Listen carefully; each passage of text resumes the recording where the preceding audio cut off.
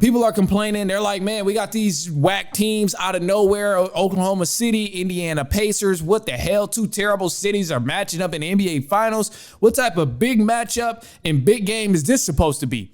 To me, anybody who's upset about this matchup between the Pacers and Oklahoma City Thunder, you clearly just don't like basketball as much as you thought. If you're thinking, oh, we need a Celtics and Lakers matchup in order for the finals to be good, then you're casual. You're casual. And that's cool, bro. If you're casual, you're casual. You don't like basketball that much, and you don't like the actual quality of the game. Because right now, both of these teams coming from the East and West, Thunder and Pacers, the quality of the game is going to be amazing in the finals. So if you think that it's going to be bad, or if you're disliking these matchups, oh yeah, you're casual. You're casual, and that's cool. Basketball 101 for casuals. That's it. And I'm going to educate you. Hey, it is what it is. I'm glad you came. I'm glad I get to take this opportunity to go over, a casual and explain what it really is. Because if we were to get a Lakers and a Celtics, two kind of trash teams, we only watching for stardom. Neither play better quality basketball than Oklahoma City Thunder or the Indiana Pacers right now. So, I think that is extremely important, one, to understand.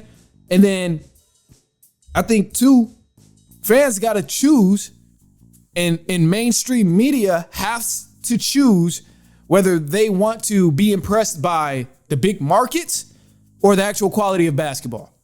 Because one year we hear, oh man, I would love for, a team to just win a homegrown championship. We've dwelled on that for so long, and we've put these homegrown championships on such a high pedestal where Dirk Nowitzki, Dwayne Wade, Kobe, Jordan, and all these other guys who've won, especially in recent time, Giannis and Nikola Jokic, we claim that these have more weight.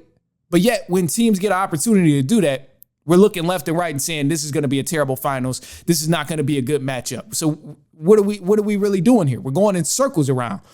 It tells me that if I'm hearing this from people, then you just genuinely don't really like basketball. You don't actually care about the product and the quality of what they do on the floor when they're playing a game. You just want to see big stars on big stages. And that's cool if that's the case. But like I said, you're just a casual fan, and nothing is wrong with that.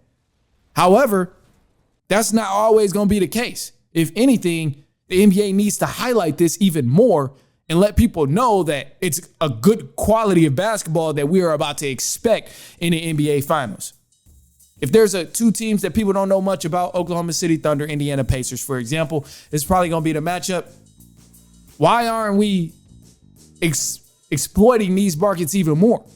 Why aren't we giving people more education on who's on this team of the Pacers and who's all on the team of the Oklahoma City Thunder? Because if people know more about it, then they'll actually care. They'll be more invested.